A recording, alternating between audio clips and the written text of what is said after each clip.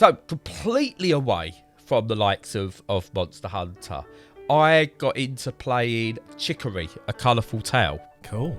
And I don't know why this passed me by. This came out initially in June on Steam, and towards the end of the year it got a Switch release. It's one I've had on my wish list for a long time. It's hit sales. I don't know why I've not bought it. I think it's because maybe again it's like it's a colourful game, but it's quite bright, which was an issue with my vision. But actually isn't that bad. The white and the dark before you start colouring things in, it works absolutely fine, and it's not too overbearing. But anyway, I'm getting ahead of myself.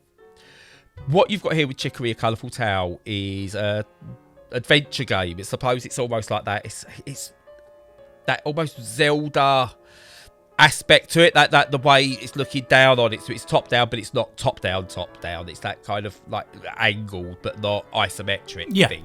I'm sure that's got a name, but you know, I have no idea what that name would be. Zelda-like. There you go. And basically, you're playing in a colouring book. Do you know? It's not even like do you know those like watercolour books you used to get? It's kind of got that watercolour paper texture to it. Oh yeah. I mean, I've seen this game lots, and I think it's on Game Pass. Is it? Oh right, okay. I'm not sure. This should never have passed me by. This is right up. But anyway, it's basically a Zelda-esque adventure game where you use a paintbrush to colour in the world as you go, to solve different puzzles and explore, and it's lovely.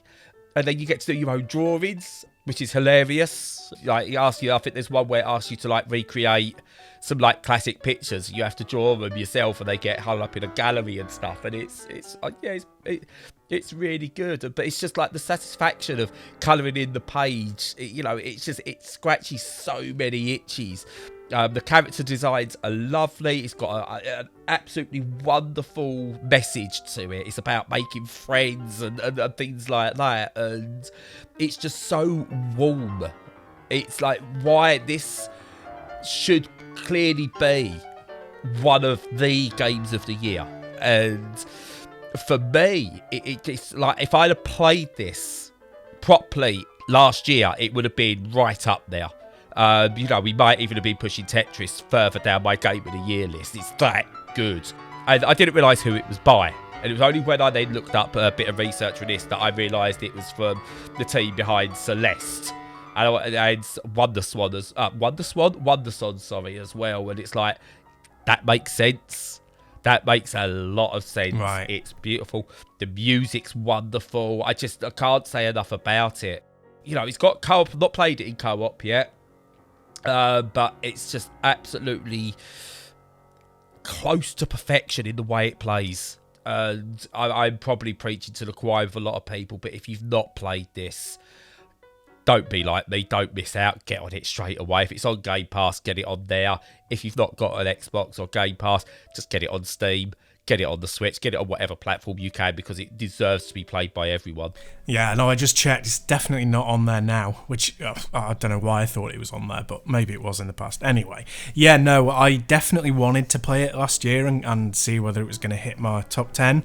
I just totally ran out of time, and I did at one point even look on howlongtobeat.com, which I use all the time for seeing how long games are, because it's a really big factor in my decision making, and it won't be for everybody, and it's much less of a problem on Switch. But if I'm going to be buying it on Steam, I very often look how long it was, and it was, I was really surprised to see it was like a full length game, like 8 to 10 hours sort of thing. And I was like, yeah, no, I've not got room in my schedule for that at the moment. But that really upset me, because I really wanted to play it and see if it was going to get there. And you're right, the way that it looks is fantastic.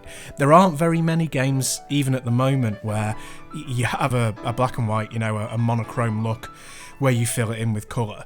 And they do it in a really clever way and build a really good game around it, and it seems like they did it with this one. So it's still really high on my radar, and I'm definitely going to get to it soon.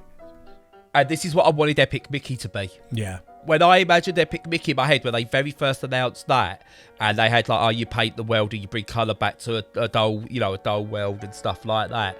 This is what I wanted. And this game, if you not now because it's an evil overlord, but if you'd have swapped out the main character from Chicory for Mickey Mouse and put a bunch of Disney characters in there or whatever, that's what Epic Mickey should have been. And what it sort of does as well, and the only other game that comes close to me to this, but it's not as enjoyable, it's a bit more frustrating, was The Blob, which again was a colouring in and things like that, but it was more of a 3D adventure where there's evil monsters and you've got this is how you stop the evil monsters. So it was its own thing, but it used the colour mechanic really well. But this is just top of the class. It really, really is. This is a Sistine Chapel of a game. Nice. Yeah, that's definitely on the list. It's on Steam. It's like $15.49. And they can use that quote. Yeah. Yeah, it's $15.49 on Steam at the moment, and I'm not sure on Switch, but yeah, definitely gonna have to pick it up soon. Oh, and it's definitely worth it. It's definitely worth it at that price. Because again, I suppose you mentioned, it's a full, it's a good number of hours in there. I thought this was gonna be something fairly short. Some people go, what, like 10 hours or whatever. That is short.